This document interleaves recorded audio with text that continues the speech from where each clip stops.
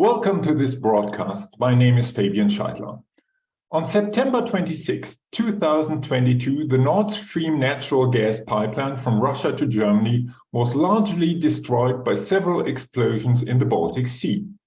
Now, the world-renowned investigative journalist Seymour Hersh has published a detailed article based on an anonymous source, claiming that the US government was responsible for the attack helped by Norwegian forces.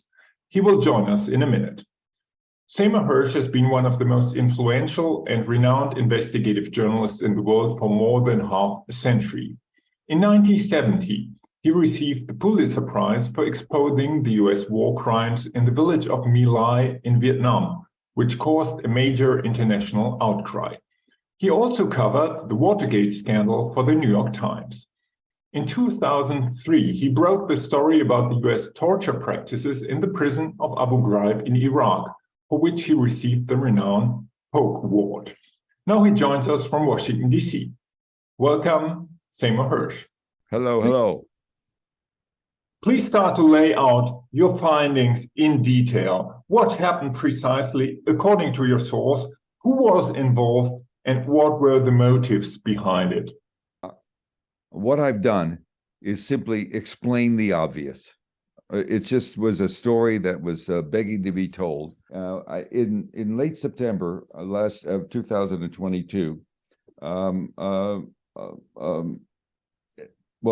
8 bombs were supposed to go off. 6 went off under the water in near Bornholm Island in the Baltic Sea, in an area where rather shallow area, and where there had and they destroyed 3 of the 4 major pipelines, the Nord Stream 1 and 2, feeding gas for many years at great low discounts.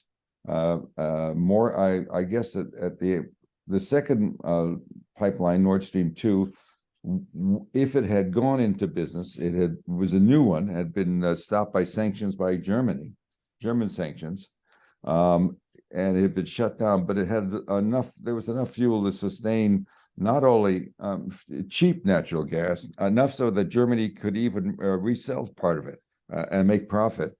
It was just a great source of low-cost fuel and very reliable. And it disappeared. And the question was, why, who?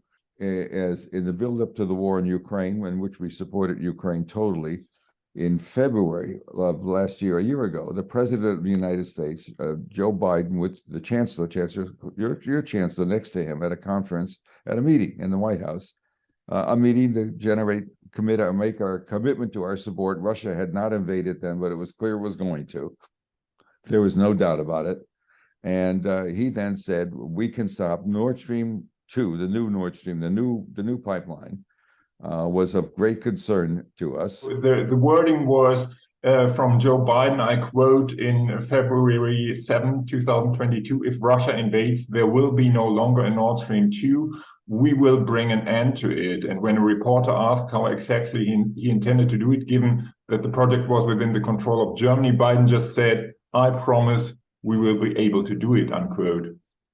And his Undersecretary of State, Victoria Nuland, who was deeply involved in what happened in what they call the Maiden Revolution in 2014, had similar language a couple of weeks earlier. But you say that the decision to do so, to take out the pipeline, was taken even earlier by President Biden. Well, you lay out the story very clearly from the beginning, chronologically, from December 2021, when the National Security Advisor Jake Sullivan convened, according to your piece, a meeting of a newly formed task force from the Joint Chiefs of Staff, the CAA, and the State and Treasury Department.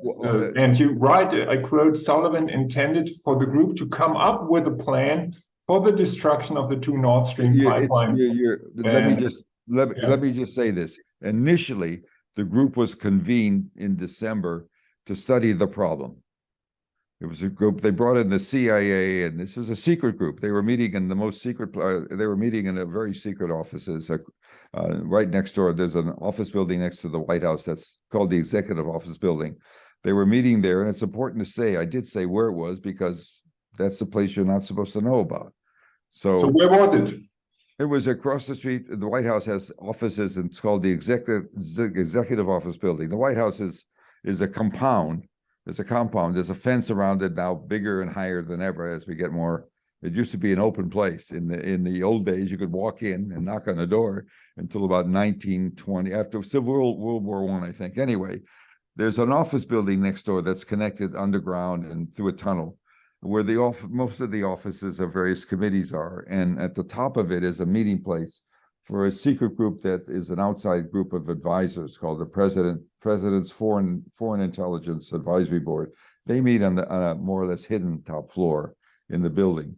You wouldn't know it's there; it's not marked, but there's a passageway. Anyway, that I only did that to let the people in the White House know that I do know something, and so the meeting was convened to study the problem. What are we going to do? Russia's going to go to war. How can we? This is the 3 months before the war, or before Christmas of 2000, a year and 3 months ago. And the issue was it was a high levels group. It probably had a different name. I just called it an interagency government.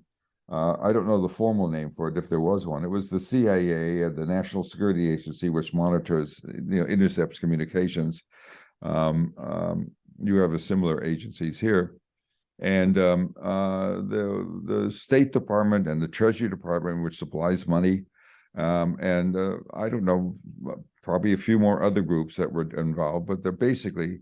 The Joint Chiefs of Staff had a representation. But what happened then? I mean, you say that in December just to tell you the story, they convened. The big question they have, and I'm writing this obviously from inside, is do you want us to give you recommendations about what to do about stopping Russia that are reversible, more sanctions, economic pressure? We'd already been doing that, or irreversible being kinetic.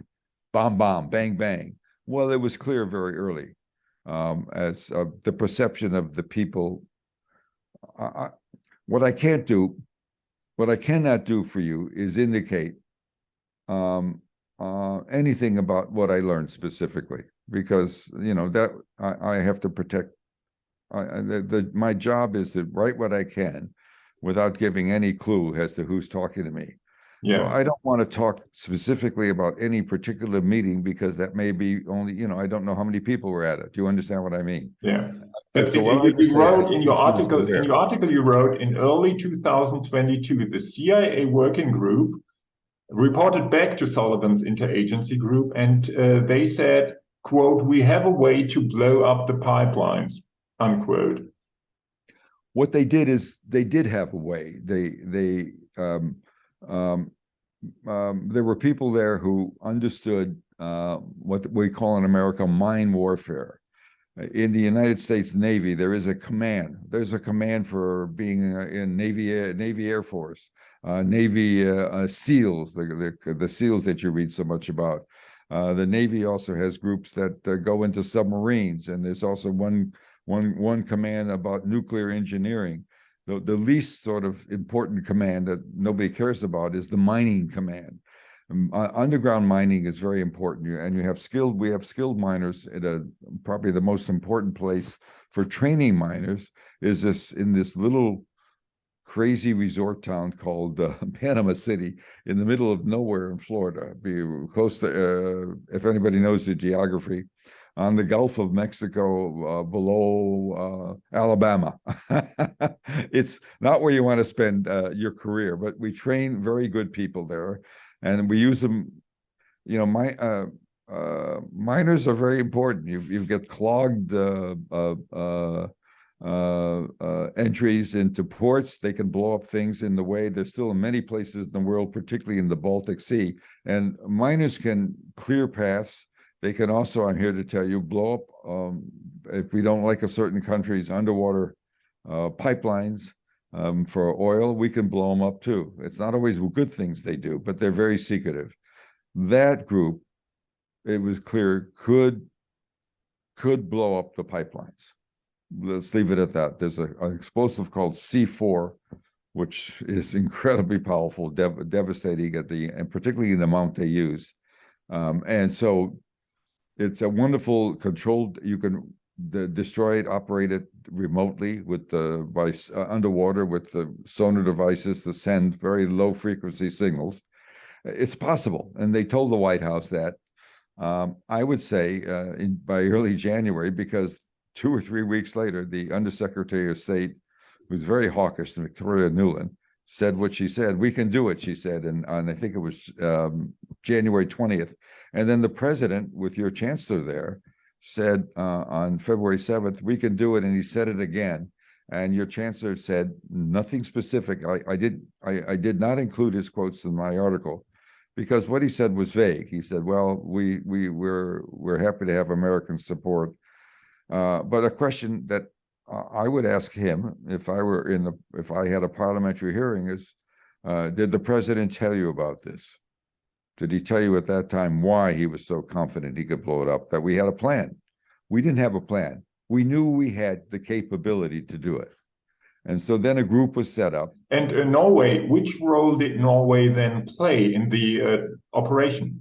Well, they're great seamen, and they have underground energy. They're also very anxious to increase the amount of natural gas they would get to sell to Western Union and Germany, and they have done that. They've increased their it was an economic. Why not join with us? They had a residual dislike of Russia. They shared a border. They were a long time, since World War II. In your article, you write that the Secret Service and the Navy of Norway were involved, and you say that Sweden and Denmark were sort of briefed but not told everything. Let's put it this way. The way it was put to me is that if you didn't tell them, you didn't need to tell them.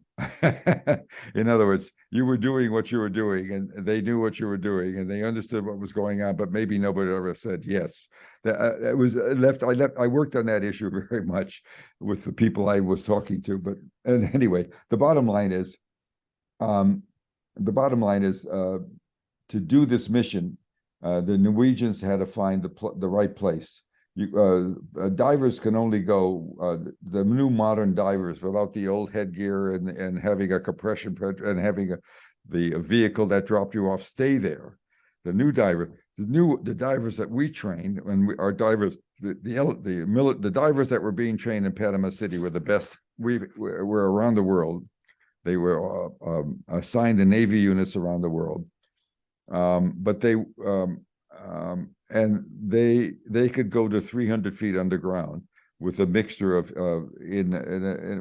without a heavy World War II diving tank. You know, the stuff that weighed 200 pounds and you had to be dropped down.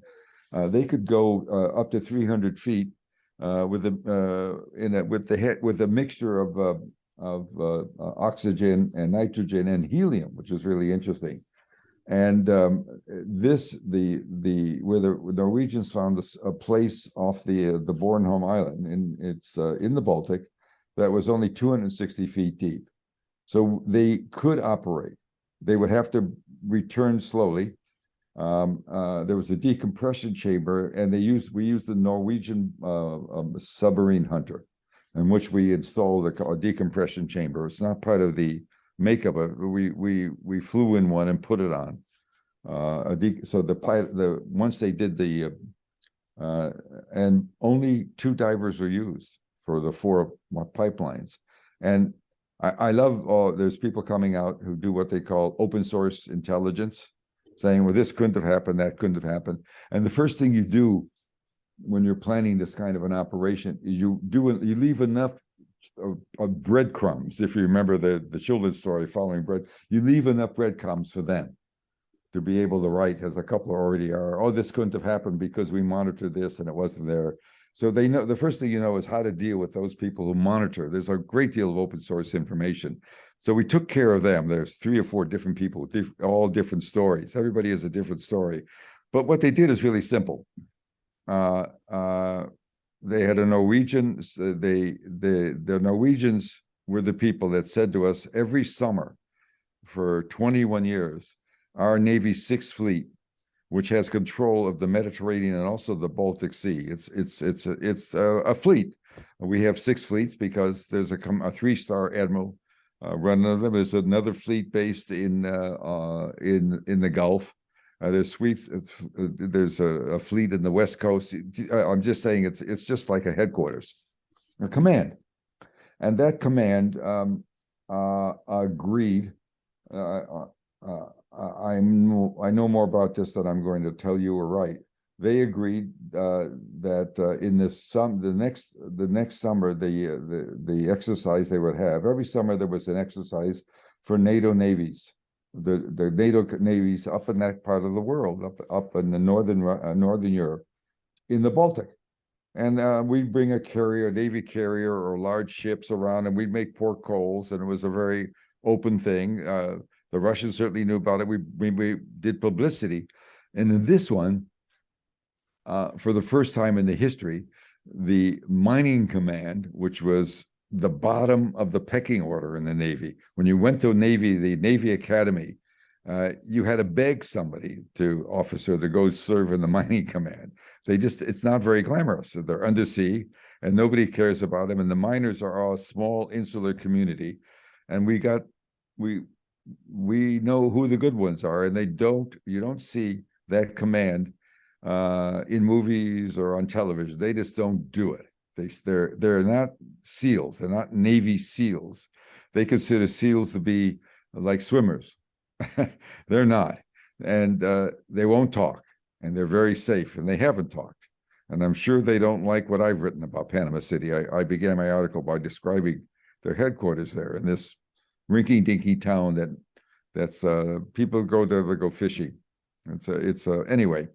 It had 11,000 people till about a decade ago when the tourist industry grew. It was just a small town, nothing, where this big operation was. Great cover, if you will. Anyway, as I described, at the particular day, we somehow, for the first time in its history, the Baltic Sea NATO operation had a new program. It was going to have a exercise in dropping mines and finding mines. So for 10 or 12 days, 8 or 10 nations sent out mining teams, and one group would drop the mine and another mining group from their country would go hunt and blow it up. So you had a period where there's things blowing up.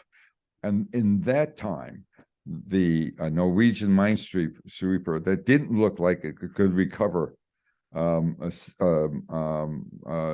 deep sea divers, because that was not equipped with the right take, a decompression chamber, but they had put one on it. They built one on it, and they came and dropped off the miners and the divers, and the 2 pipelines, as you know, run about a mile apart. They're under the dirt a little bit, but they're not hard to get to. And they had practiced this, and they were very good at blowing up things. And it didn't take more than a few hours to plant the bombs. So this was in June 2022. Yes, it would have been late May and June. I think they did it around 10 days into June at the end of but at the last minute, the White House got nervous. But the president at the last moment said, I'm afraid of doing it. If we do it in the timer, you need to give, in this case, they had a 48-hour timer. You need to do that so the divers can get away. You can't have it explode in 15 minutes if you're going to have divers 90 feet above decompressing. But he changed his mind, and he gave them the order that he wanted the right to bomb anytime, to set the bombs off anytime remotely. You do it with actually a Raytheon builds it. It's just a regular sonar. You fly over and you drop a sonar down with that low frequency.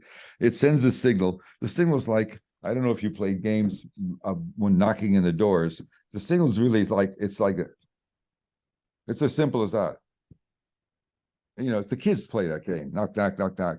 It's a signal. It's as simple as you want. So you can describe it as a flute sound too. You can make different frequencies. And the worry was that one of the bombs, if left in the water too long, would not work. And as you know, two did not. They only got 3 of the 4 pipelines. Obvious. And you have, by the way, it's not just one bomb. You have to, the pipelines are covered by a steel cover to protect them from the elements. And the pipelines are protected too. A concrete cover, actually. And it was steel over the pipelines. You had to first blow away the concrete, or you had to have a force strong enough to blow away the concrete and the pipeline. One of the bombs didn't work because obviously, whatever happened, salinity or what you will, and so there was a panic to find inside the group. There was a panic to find the right means, and we actually had to go to other intelligence agencies, and we did it. I didn't write about that. I just chose not to. And so what happened then? I mean, they placed they placed it. They found a way. They decided, but Joe Biden decided not to blow them up then. But it was going to be in early June, 5 months into the war. But then, what happened is in September he decided to do it, and I will tell you. They had a remote control. I'll tell you something. I'll tell you something I think I can tell you. I'm just thinking about the people in the operational people, the people who do kinetic things for the United States. They do what the president says, and they thought this was a weapon that he could have to use in negotiation. And at some point, once the Russians went in, and even when they were done, as I write about very carefully, this became increasingly odious to the people who did it. I mean, these are people well trained in the highest level are secret intelligence agencies. They turned on the project. They thought this was an insane thing to do. And the day, or within a week or 3 or 4 days after the bombing, after they did what they were ordered to do, albeit with great anger and hostility, obviously reflected the fact that I'm learning so much about it. I'm learning details that I don't quite know how my old newspaper, the New York Times, how much longer they can pretend the story doesn't exist, because it's just irrational to do so. And I'll tell you something else my colleagues in the press corps haven't figured out, because this doesn't involve people that have secrets. The people in America and Europe who build pipelines know what happened. I'm telling you something important. The people who own companies that build pipelines know the story. I didn't get the story from them, but I learned quickly they know. I've even learned, it doesn't matter. I'm just telling you something. It's there for the taking. You can't hide. You can't hide blowing up a pipeline. And let's come back to this situation in June last year. So the president, Joe Biden, decided not to do it directly, and they postponed it. So why did they do it then in September? What happened there? You don't know, but a couple of days later, the Secretary of State, Anthony Blinken, after the pipeline was blown up, he gave a speech in which he was at a news conference, in which he said, "We have taken away." We've taken away a major economic and almost military force.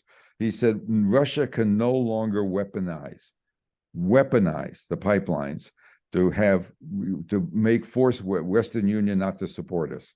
The fear was Western Europe. The fear was that the war in Ukraine, which was not going well, obviously very well. The biggest problem in Ukraine is at the top, corruption. At the top. I mean, from the boss down. I mean, probably one of the issues, so I understand, is Zelensky's taking too much of the money and the generals are, he's taking too much of the cut, as they say in Hollywood gangster movies, the swag, he's taking his shares, he shouldn't be taking as much. I'm just telling you what's it's in the community. What I'm telling you about is in the community, this kind of language, my intel community. And it's been, anyway, I'm getting off the point. So the point is, I think that the reason they decided to do it then, the war wasn't going well, and they were afraid with winter coming. The pipe Nord Stream 2 has been sanctioned by Germany It's been stopped by your country, not international. And they were afraid that they would lift the sanctions because if it's in a bad winter, and it wasn't, as you know, the fall was quite mild here, but now, boy, it's been very cold. I know in Berlin. What are the motives when you look behind the scenes? I mean, the What are the US government motives? was opposed to the pipeline for many reasons. Some say they were opposed to it to weaken Russia, to weaken the ties between Russia and Of course. Western Europe, Germany especially, but also maybe to weaken the German economy, which after all is also a competitor to the US economy. I mean, with the high gas prices now, enterprises have started to move to the US. So what's your sense of the motives of the US government if they blew up the pipeline? My sense is I don't think they thought through. I know this sounds, when I talk about winking, blinking, and nod, I don't think they're deep thinkers. I don't think they have people around them that are bright. I think that's it doesn't matter what I think. Okay, let's just forget about what I think, because what I hear secondhand,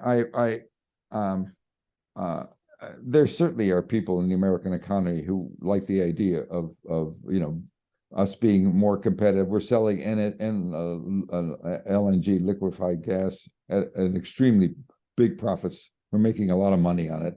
If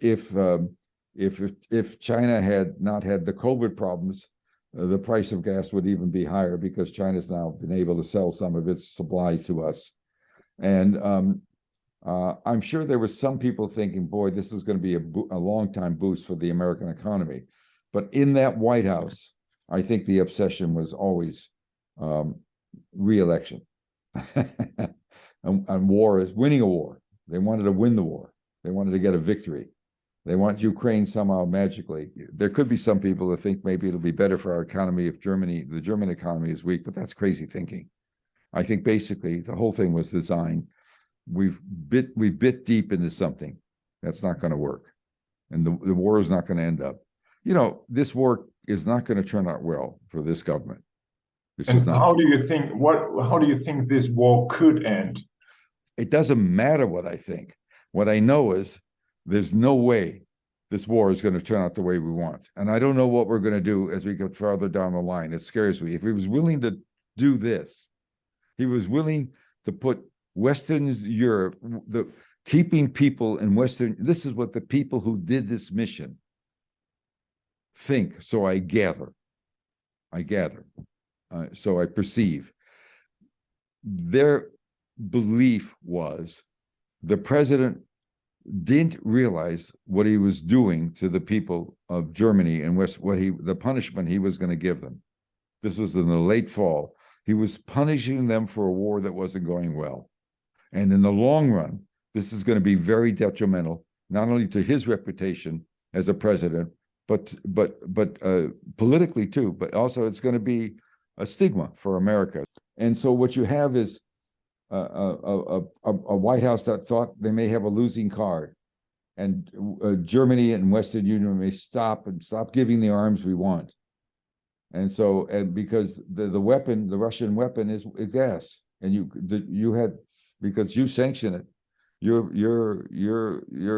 chancellor could turn it on. And that was always a fear. I would be asking a lot of questions of Chancellor. I would ask him, what did he learn in February when he was with the president? I will tell you right now, this is a big secret, and he wasn't supposed to tell anybody about this capability. But he does talk.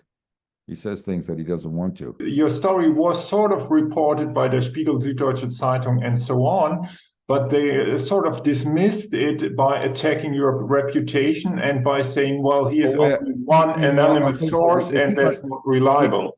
How could you possibly talk about a source? I've written many stories based on sources, unnamed sources, constantly. Of course, if I named somebody, they'd be fired or worse, jailed. I mean, for absolutely, the law is so strict now. I've never had anybody exposed. And of course, when I say, as I did in this article, a source, period. That's all I say.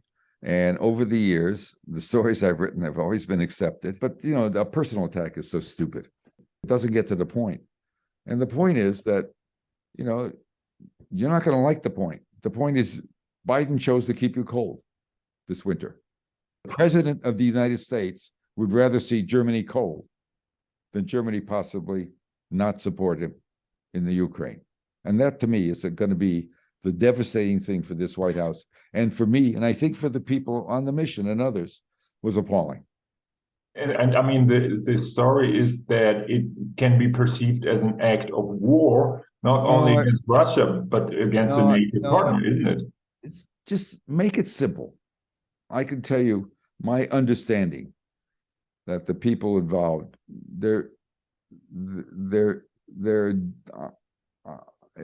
I'm talking the same way. I'm talking from my understanding is that they saw him as choosing to keep you cold for his short-range political goals.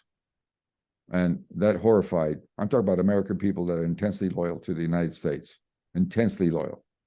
And they understand, in the CIA, it's understood that, the way I put it in the article, they work for the crown. They don't work for the Constitution. The one virtue of the CIA is a president who can't do anything in Congress and nobody listens to him. You can take a walk in the backyard of the Rose Garden of the White House with the CIA director, and somebody can get hurt 8,000 miles away. That's always been the selling point of the CIA, which I have problems with it. But I can just tell you, even in that community, it's appalling that he chose to keep Europe cold, rather in support of a war that he's not going to win. And that, to me, is heinous. You said in your report that the planning of the attack was not reported to Congress as it was necessary with other covert operations. The White House always says, "Oh, that's actually untrue of everything that's done." Yeah, sure. It wasn't reported to many places inside the military what it should have been either. Okay, there were other places. There were people that should have known that did. It was very secret. Okay, big deal. Big deal on Banana Street, we say in America. Anyway. I appreciate it very much that you took your time. I think your reporting is very courageous. What's courageous about telling truth? Our job isn't to be afraid. And sometimes it gets ugly. I mean, there have been times in my life when, I don't talk about it, but, threats aren't made to people like me. They're made to children of people like me. And so there's been awful stuff, but you don't worry about it. You have to just do what you do.